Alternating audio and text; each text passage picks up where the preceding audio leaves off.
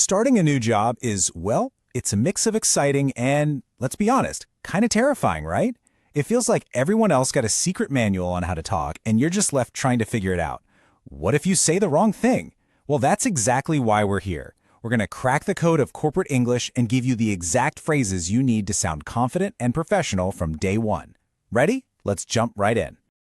Look, you've already proven you have the skills to do the job. That's why they hired you. But now comes a totally different challenge, sounding the part. You know that constant worry in the back of your mind? Am I being too casual, too formal? Every new employee feels that. But don't worry, we're about to swap that uncertainty for a clear, simple plan. So here's our game plan. We're going to walk through 5 key moments of your workday. We'll start with making a great first impression, then cover talking with your manager, how to ask colleagues for help, requesting time off, and finally, the professional sign-off. Let's start right at the beginning. First up, making a killer first impression. Before you even touch your keyboard, that first interaction of the day happens. And how you greet people, it does so much more than just say hello. It really sets the tone for your entire day and shows everyone you're a positive, approachable part of the team. Okay, check out this simple swap. Hi is fine, but it's kind of passive. Switching to good morning or asking, how are you, is proactive. It's such a small change, but it sends a totally different signal. It says you're engaged and ready to connect on a professional level. Not just, acknowledging that someone exists. You're initiating, not just responding. And here are a few more in your toolkit. Of course, you've got the basics like, good afternoon. But think about something like, hope you are doing well. That is perfect for starting an email or a chat message because it adds a little warmth before you dive into business. And nice to see you is great for someone you haven't seen for a day or two. It's all about having the right tool for the right moment. Okay, so you've started your day off strong. Now for section 2, talking with your manager. This relationship is absolutely critical. And clear communication here isn't just about getting your work done, it's about building trust and showing that you're a reliable member of the team. Just look at the power in this one simple sentence. When you say, I have completed the task, you're doing more than giving an update. You are literally saving your manager mental energy. They can check that item off their list without even having to ask you about it. This kind of proactive communication is what builds a reputation for being efficient and taking ownership.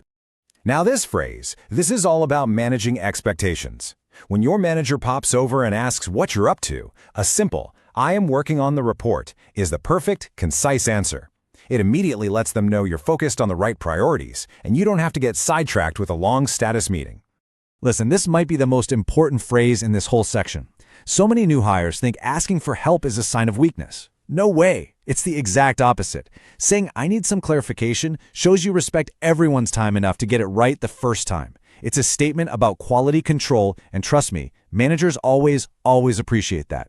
And let's just quickly run through a few other key phrases. Committing to a deadline with, I will finish this by today. Asking for help with, could you please guide me on this? Or requesting a quick check-in with, can we discuss this for a few minutes? Every single one of these shows you're on top of your work and you're keeping your manager in the loop, which is exactly what they want to see. All right, let's move on to our third section, the right way to ask. Your manager isn't the only person you're going to be talking to.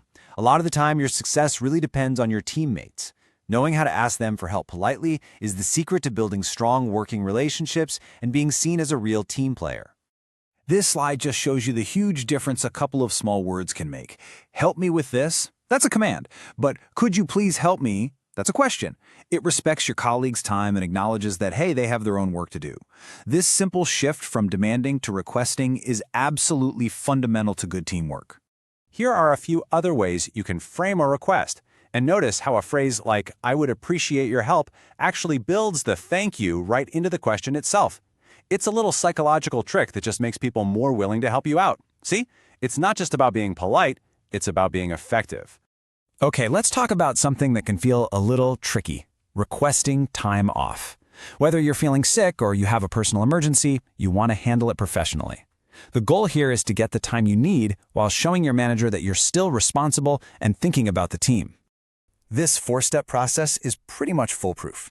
Step 1, just state the request clearly. Step 2, give a little context. You don't have to overshare. Step 3 is the most important. You're telling your manager, don't worry, I've got my responsibilities covered. And step 4, offering availability, is just that final piece of reassurance. When you follow these steps, you basically answer all your manager's questions before they even think to ask. And just like that, we've made it to the end of our virtual workday. Our final section, the professional sign-off. You know, people often remember the very last thing you say, so ending your conversations and your day on the right note is just as important as starting it well.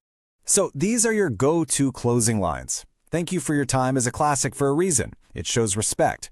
I will update you soon is perfect for ending a meeting because it makes it super clear what the next step is. And you should never underestimate the power of a simple, warm, have a great day. It costs you nothing, and it just leaves people with a positive feeling. It's the professional way to close the loop.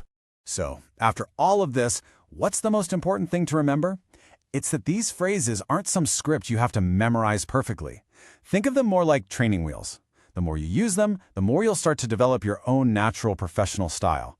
Real confidence doesn't come from just knowing the lines. It comes from the practice of actually using them day in and day out. So here's my challenge to you. Don't just think about these phrases. Pick one, just one, that you are going to commit to using tomorrow. That small action, that's the first real step on the path to mastering the language of your workplace and building the career you really want. You've got this.